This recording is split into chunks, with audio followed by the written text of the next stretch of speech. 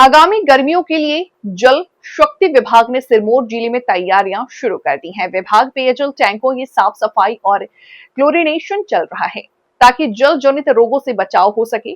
साथ ही पानी की बर्बादी रोकने और पर्याप्त पेयजल लोगों तक पहुंचाने के लिए कड़ी निगरानी की जाएगी। या उधरली साइड जंतर मंतर पर जो हमारे स्वर्ण समाज के जो लोग थे वो यूजीसी के खिलाफ अपना विरोध दर्ज करवाने के लिए जा रहे थे, उनको बसों के अंदर ठूसा गया, बर्बरता उनके साथ दिखाई गई, चारों तरफ पुलिस की छावनी बना दी गई।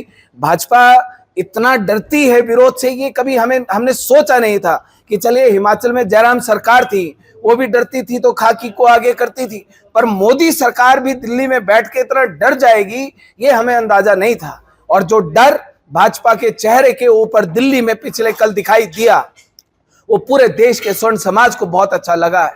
हमारे लोगों को बात रखने का अधिकार नहीं दिया गया, हम अपनी बात वहां पर रखने के लिए जा रहे थे, अपना विरोध दर्ज कराने के लिए वहां पर जा रहे थे। वहां पर हमारे महाराज जो स्वरूप आनंद जी थे, महिपाल मकराना जी थे, हमारे भाई प्रशांत जी थे, यूएस राणा जी थे, और जो राज शेखावत जी वगैरह जो हमारे वहां पर लोग थे, सभी लोगों को डिटेन कर दिया गया। वहां रामलीला मैदान और जंतर मंतर से लगभग 40 किलोमीटर का जो रडास के एरिया जो आता था, सभी जगह को पुलिस छावनी में तब्दील कर दिया गया था। रामलीला मैदान को पूरी तरीके से छावनी में तब्दील कर दिया गया था। ये भारतीय जनता पार्टी की सरकार ये चाहती क्या है? लोगों ने जहां पर यूजीसी एक्ट लाकर, पहले हमारा जो समाज है वो जातिगत आरक्षण की मार हम लोग झेलते हैं, एट्रोसिटी SC/ST एक्ट की मार हम लोग झेलते हैं, ना जाने कितने कानून हमारे खिलाफ बने, हम लोगों को हमारी बात रखने का अधिकार नहीं दिया जाता, हम लोगों से हमारा बात रखने का अधिकार इन भाजपा कांग्रेस के लोगों ने छीन लिया। हम लोग जाएं तो जाए कहां?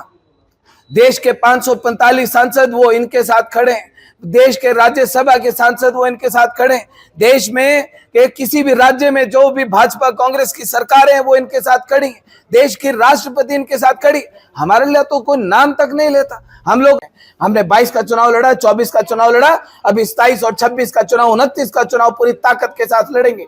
जो रास्ता हमने यहाँ पर अख्तियार किया था राजनीति का कि इनसे सत्ता छीनेंगे, जिस कुर्सी के ऊपर बैठ के ये अत्याचार करते हैं उस कुर्सी को हम छीन लेंगे, वही फैसला कल दिल्ली में लिया गया कि जब लोगों ने इनका अत्याचार देखा कि हमारे लिए कोई नहीं खड़ा, हमारे पक्ष में बात करने के लिए कोई नहीं खड़ा, वही फैसला वहां पर लिया गया। वहां पर स्वर्ण समाज के लोगों ने लिया, पूरे देश भर से आए लोगों ने लिया कि अब भाजपा वालों, कांग्रेस वालों, तुम्हारी सत्ता तुमसे छीनेंगे, तुम्हारी कुर्सी तुमसे छीनेंगे, तीसरा विकल्प इस देश में देंगे। बनाना चाहते कि इन्होंने स्वर्ण समाज को हमेशा से बंधुआ मजदूर समझा।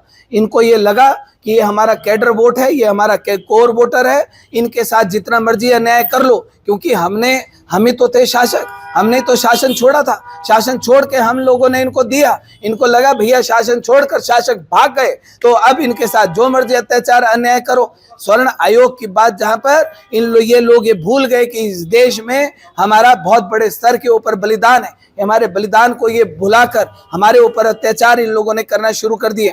स्वर्ण आयोग इन लोगों ने नहीं बनाया, वो इसलिए नहीं बनाया क्योंकि ये सत्ता का नाजायज फायदा उठाते, काले अंग्रेज बन के कुर्सी के ऊपर बैठे।